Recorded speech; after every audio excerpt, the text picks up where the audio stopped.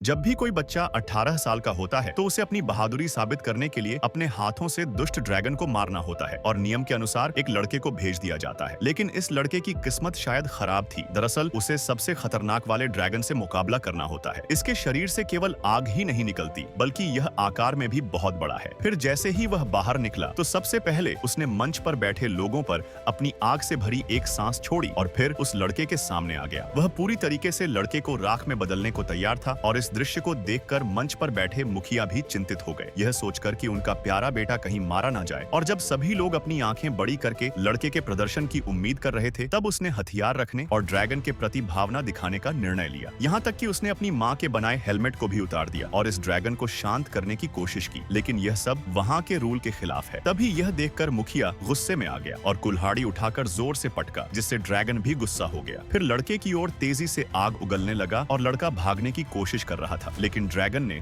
उसे कुछ ही पलों में जमीन पर गिरा दिया। लगभग वह मरने ही वाला था। तभी सौभाग्य से संकट के समय एक पंछी बिजली की तरह अखाड़े में आई और वह कोई और नहीं बल्कि प्रसिद्ध नाइट फिलिफेल था। भले ही आग उगलने वाला ड्रैगन आकार में बड़ा था, फिर भी वह उससे मुकाबला नहीं कर पा रहा था और कुछ ही राउंड में वह हार मान गया। हालांकि